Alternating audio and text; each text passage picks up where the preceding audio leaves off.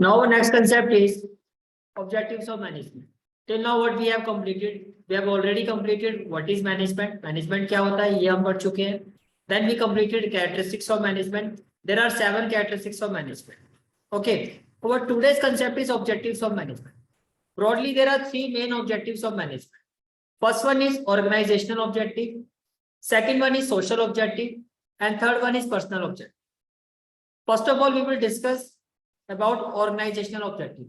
अगर मैं organizational objectives की बात करता हूं तो organizational objective means organizational objectives of management. मैं ऑलरेडी आपके साथ डिस्कस कर चुका हूं कि कोई भी जो ऑर्गेनाइजेशन है उसकी जो एग्जिस्टेंस होती है वो किसी ना किसी ऑब्जेक्टिव को लेकर ही होती है.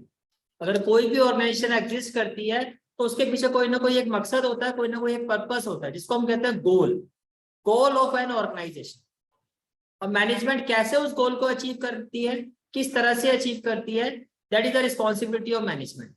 और मैनेजमेंट को क्या करना होता है, जो भी अवेलेबल रिसोर्सेज होते हैं मैनेजमेंट के बाद, like human resources, financial resources, physical resources, उन सब का प्रॉपर यूटिलाइजेशन करके एंश्योर करना होता है कि जो भी ऑर्गेनाइजेशन का गोल है, जो भी ऑर्गेनाइजेशन का ऑब्जेक्टिव है, उसको एफिशिएंटली और इफेक्टिवली अचीव करना है. ऑब्जेक्टिव्स ऑफ मैनेजमेंट की अगर मैं बात करता हूँ, there are 3 organisational objective of management. सबसे पहले जो होता है वो होता है आपका सर्वाइवल, फिर उसके बाद आता है आपका प्रॉफिट और उसके बाद आता है आपका growth. Survival, then profit, then growth. Organisation objective divided into 3 parts. First one is survival. अब सर्वाइवल क्या होता है? सर्वाइवल का मतलब ये होता है कि कोई भी ऑर्गेनाइजेशन जो होती है सबसे पहला उसका टारगेट होता है सर्वाइवल. सर्वाइवल का मतलब जो भी रिवेन्यू जनरेट हो रहा है वो इतना जनरेट होना चाहिए कि जो कॉस्ट है वो रिकवर हो जाए, जो इनकरिंग कॉस्ट है वो रिकवर हो जाए. That is survival. This is the survival stage. अभी मैं मोटे मोटे तौर पर ऊपर से आपको बता रहा हूँ, फिर मैं पूरा डिस्कस में आपके साथ प्रेजेंटेशन को डिस्कस करूंगा. सेकंड वन आता है आपका प्रॉफिट. अब प्रॉफिट में क्या होता है भाई, जो once the survival target achieve, जो भी ऑर्गेनाइजेशन का सर्वाइवल टारगेट है जब वो अचीव हो जाता है तो सेकंड टारगेट जो आता है वो आता है प्रॉफिट. भाई ऑब्वियसली जब हम किसी ऑर्गेनाइजेशन को स्टार्ट करते हैं वो सर्वाइवल के लिए तो किया नहीं था. हमारा मेन पर्पस उसके पीछे क्या था, हमें प्रॉफिट अचीव, प्रॉफिट जो डिजायर्ड प्रॉफिट हम चाहते हैं, जो हम चाहते हैं कि हमारी ऑर्गेनाइजेशन में इतना प्रॉफिट आए, वो हमें अचीव करना.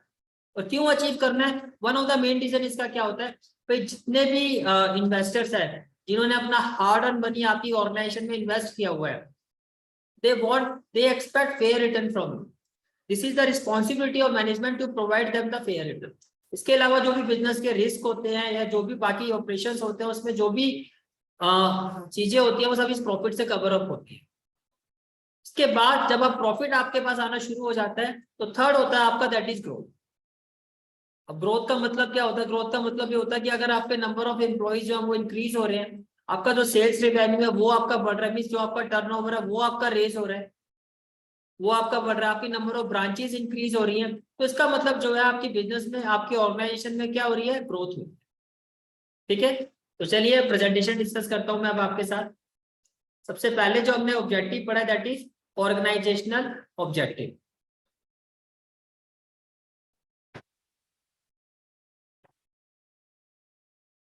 तो दिस इज ऑर्गेनाइजेशनल ऑब्जेक्टिव.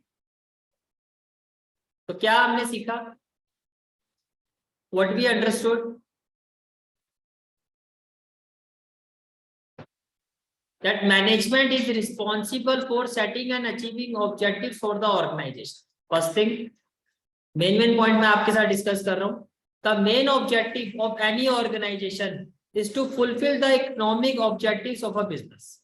और वो objectives क्या होता है, these are survival, profit and growth. These are survival, profit and growth. इसके बाद सबसे पहले जो आता है आपका, तो सबसे पहला जो ऑर्गेनाइजेशन ऑब्जेक्टिव होता है दैट इज सर्वाइवल. तो अगर मैं सर्वाइवल की बात करता हूँ तो सर्वाइवल में मैंने आपको क्या कहा कि जो भी हमारा सेल्स रेवेन्यू है वो इतना होना चाहिए कि जो हमारी कॉस्ट है बिजनेस में, जो हमारी बिजनेस की कॉस्ट है या जो हमारी इनकरिंग कॉस्ट है, जो पैसा हमने लगाया हुआ है वो हमारा रिकवर हो जाए. अगर वो रिकवर नहीं हो रहा है तो मार्केट में सर्वाइव करना हमारे लिए पॉसिबल नहीं हो पाएगा. भैया आपने जो पैसा लगाया हुआ है वो पैसा भी अगर आपका रिकवर नहीं हो रहा है और आपको घर से पैसा लगाना पड़ रहा है तो कब तक आप बिजनेस में स्टैंड करोगे, पॉसिबल ही नहीं है, right.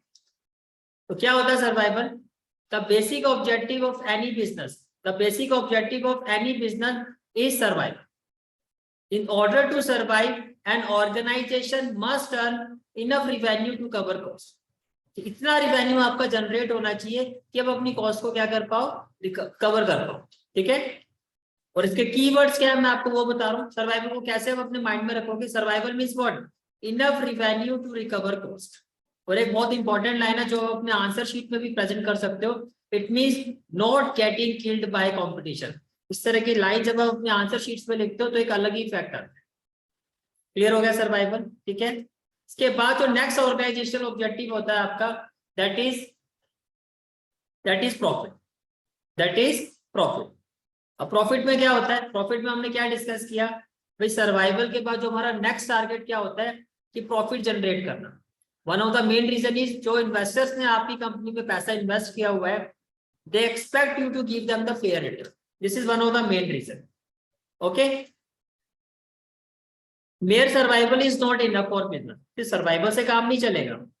Management has to ensure that the organisation makes a profit. Survival के बाद नेक्स्ट टारगेट क्या होता है, प्रॉफिट जनरेट करना. Profit is essential for covering cost. Profit जरूरी होता है कॉस्ट को कवर करने के लिए.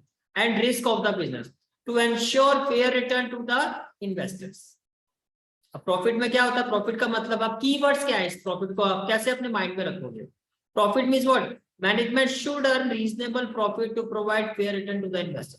तो प्रॉफिट में जो मेन पॉइंट आपको देखो, सर्वाइवल में जो मेन पॉइंट आपको अपने माइंड में रखना वो क्या है, to generate enough revenue to cover cost. Profit में क्या है, to generate enough profit so that organisation can provide fair return to the investors. फिर इसके बाद जो थर्ड स्टेज आती है वो आता है हमारा, दैट इज ग्रोथ. अब अगर मैं ग्रोथ की बात करता हूं तो ग्रोथ का मतलब क्या होता है, कैसे हमें पता चलेगा किसी ऑर्गेनाइजेशन की ग्रो हो रही है. तो मैंने आपको वेरियस इंडिकेटर्स के बारे में बताया. नंबर ऑफ एम्प्लॉयज अगर बढ़ रहे हैं, नंबर ऑफ ब्रांचेस अगर बढ़ रही है, इसके अलावा अगर जो सेल्स का रेवेन्यू है या टर्नओवर जो है वो ईयर बाय ईयर वो अपना रेज हो रहा है, तो इसका मतलब क्या हो रहा है कि बिजनेस जो है वो ग्रो कर रहा है. बिजनेस क्या कर रहा है, ग्रो कर रहा है. Growth means what, a business needs to add to its prospects in the long run. For this, it is important for the business to grow. Growth of a business can be measured in terms of a sales volume, increase in the number of employees, number of products. Means अगर आप किसी एक item में deal करते हो, अब आप 2 items में डील करो, 3 में डील करो, तो इसका मतलब भी क्या है, आपकी ग्रोथ हो रही है. आपके बिजनेस में क्या हो रही है, ग्रोथ हो रही है. Increase in capital investment, there can be other indicators of growth also. अब ग्रोथ क्या होता है, to go beyond boundaries measured on year to year basis. Growth को हम ईयर टू ईयर बेसिस पर मेजर करते हैं. पहला ऑब्जेक्टिव आई होप आपको बहुत अच्छे से समझ में आ गया होगा. फर्स्ट ऑब्जेक्टिव ऑफ मैनेजमेंट जो होता है वो क्या होता है, that is first objective of management होता है आपका ऑर्गेनाइजेशनल ऑब्जेक्टिव. ऑर्गेनाइजेशनल ऑब्जेक्टिव कितनी तरह के होते हैं, 3 तरह के होते हैं. First of all organisational objective क्या होता है, ऑर्गेनाइजेशनल ऑब्जेक्टिव का मतलब ये होता है कोई भी जो ऑर्गेनाइजेशन होती है, कोई बिजनेस होता है, उसकी एग्जिस्टेंस का कोई ना कोई एक गोल होता है और उसी को कहते हैं ऑर्गेनाइजेशनल ऑब्जेक्टिव, ऑर्गेनाइजेशन का objective. And this is the responsibility of management to cover that. ये मैनेजमेंट की रिस्पॉन्सिबिलिटी बनती है कि किस तरह से उस ऑब्जेक्टिव को अचीव करना है with the help of available resources. With the help of available resources. यहाँ तक सारी बात समझ में आ गई. आई होप बहुत अच्छे से आपको क्लियर हो गया होगा. फिर हमने ये पढ़ा कि ऑर्गेनाइजेशन ऑब्जेक्टिव जो होते हैं वो 3 तरह के होते हैं. First one is survival. Survival का मतलब कीवर्ड्स क्या बताया आपको. सर्वाइवल का कीवर्ड्स क्या है कि जो आपका सेल्स रेवेन्यू है वो इतना होना चाहिए कि आपकी जो इनकरिंग कॉस्ट है आप उसको कवर कर लो. Second one is profit. Profit का मतलब जो इन्वेस्टर्स ने हार्ड अर्न मनी आपके बिजनेस में इन्वेस्ट की है to provide them the fair return. And third one is growth. Growth का मतलब क्या होता है कि ग्रोथ का मतलब ग्रोथ एक इंडिकेटर्स होती है जो बिजनेस को डिफरेंट वे में हम उसको रिकॉग्नाइज करते हैं कि भाई ये हमारा बिजनेस किस तरह से ग्रो कर रहा है. Right. Increase in the number of employees, आपका सेल्स वॉल्यूम आपका बढ़ रहा है या आपकी ब्रांचेस बढ़ रही है या जो प्रोडक्ट्स में आप डील कर रहे हो वो नंबर ऑफ जो डीलिंग्स है आपकी विद द प्रोडक्ट्स वो आपके बढ़ते जा रहे हैं. लाइक अभी आप मोबाइल की मैन्युफैक्चरिंग में डील कर रहे हो, अब आप रेफ्रिजरेटर की मैन्युफैक्चरिंग कर रहे हो, एलईडी की कर रहे हो. तो इस तरह से जैसे प्रोडक्ट्स पे आपकी डीलिंग बढ़ती जा रही है, इसका मतलब आपके बिजनेस में ग्रोथ हो रही है और इसको ईयर टू ईयर बेसिस पे मेजर करते हैं. ये तो हो गया आपका फर्स्ट ऑब्जेक्टिव. अब सेकंड ऑब्जेक्टिव आता है सोशल ऑब्जेक्टिव. सोशल ऑब्जेक्टिव का मतलब क्या होता है? सोशल ऑब्जेक्टिव का मतलब ये होता है भाई कोई भी बिजनेस जो है वो अपने रिसोर्सेज कहाँ से लेता है? सोसाइटी से लेता है। तो इन रिटर्न सोसाइटी भी कुछ एक्सपेक्ट करती है, सोसाइटी भी कुछ एक्सपेक्ट करते हैं। सारे के सारे जो रिसोर्सेज है कोई भी बिजनेस जो वो कहाँ से ले रहा है? Human resources, financial resources, physical resources, सारे के सारे हमें सोसाइटी से तो मिलते हैं। तो सोसाइटी भी फिर हमसे इन रिटर्न कुछ ना कुछ एक्सपेक्ट कर रही होती है, और उसी चीज को हम कहते हैं सोशल ऑब्जेक्टिव। अब सोशल ऑब्जेक्टिव्स का कुछ एग्जांपल अगर मैं दूं, लाइक आप एनवायरमेंट फ्रेंडली प्रोडक्ट्स अगर आप बना रहे हो तो आप अपना सोशल ऑब्जेक्टिव पूरा कर रहे हो। अगर आप एम्प्लॉयमेंट अपॉर्चुनिटी जनरेट कर रहे हो तो आप सोशल ऑब्जेक्टिव्स पूरा कर रहे हो। इसके अलावा अगर आप जो भी आपके एम्प्लॉयज है उनके लिए कुछ भी अगर आप क्रचिस या स्कूल्स वगैरह अगर आप बना रहे हो तो आप सोशल ऑब्जेक्टिव्स फुलफिल कर रहे हो। तो इस सोशल ऑब्जेक्टिव का मतलब कि जिस सोसाइटी से आपको इतनी सारी चीजें मिल रही हैं आप उनको इन रिटर्न कुछ दे रहे हो, राइट। तो इसमें जो नेक्स्ट पार्ट जो आता है आपका,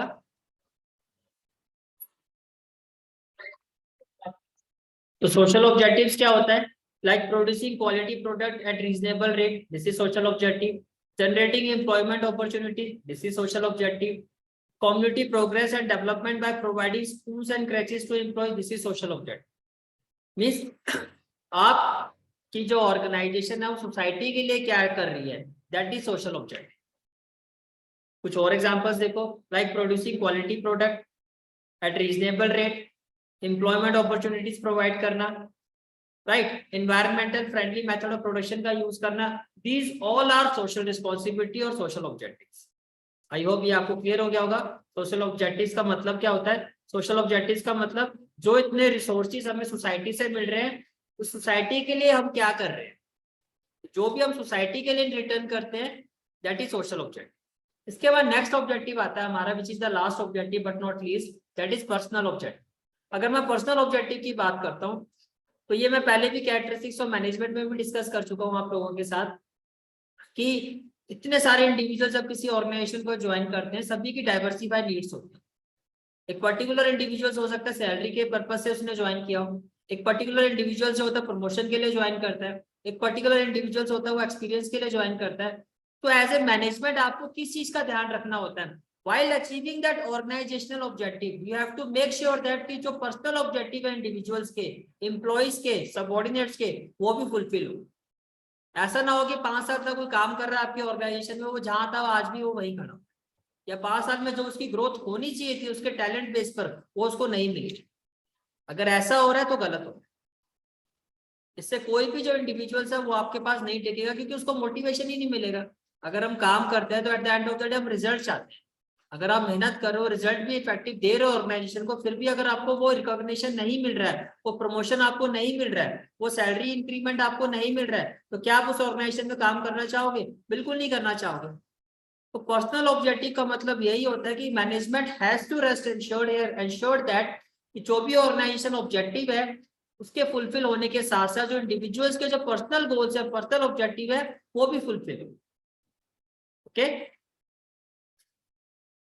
देखिए क्या होता है पर्सनल ऑब्जेक्टिव।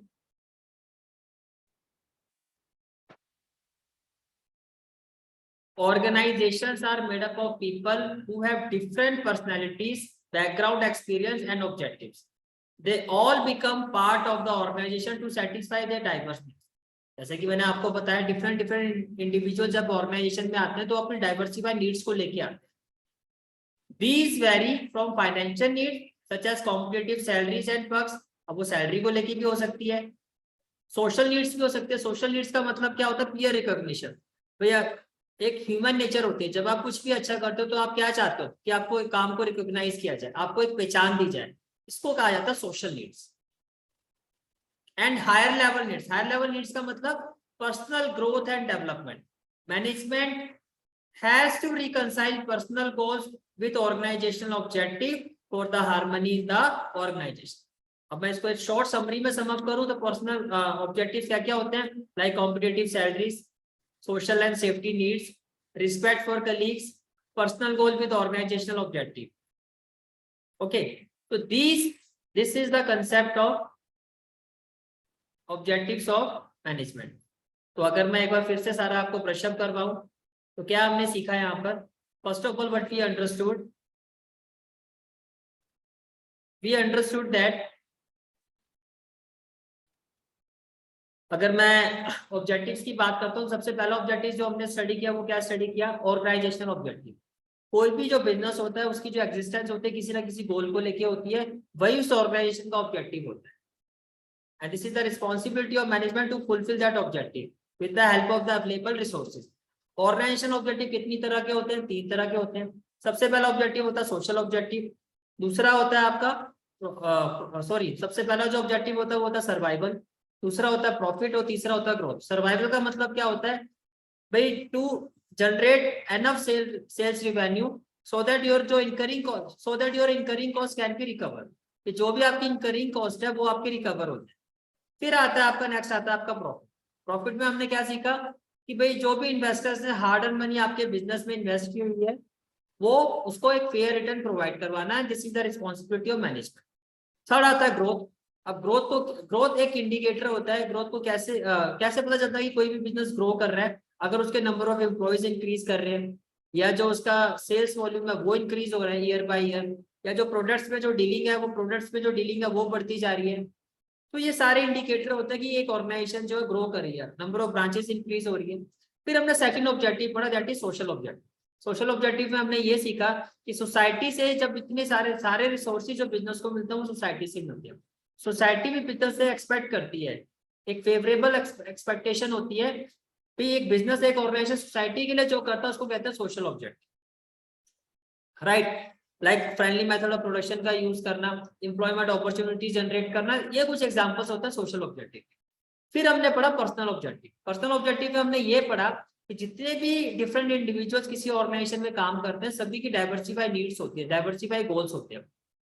मैनेजमेंट को ये रेस्ट एंश्योर करना बहुत जरूरी हो जाता है कि along with the achievement of organization objective, it is very important कि जितने भी इंडिविजुअल्स आपकी ऑर्गेनाइजेशन में काम कर रहे हैं वो भी अपने पर्सनल गोल्स अचीव कर पाए, with the passage of time वो भी ग्रो करे in terms of financial needs, social needs और higher level. I hope the concept is clear to you. If you still have any doubt तो comment box में आप अपना doubt पूछ सकते हो, जो कि मैं नेक्स्ट वीडियो में क्लैरिफाई कर दूँ। And if this if you like my video, like my lecture concept आपको क्लियर हो गया है, then please like and subscribe my channel. Thank you.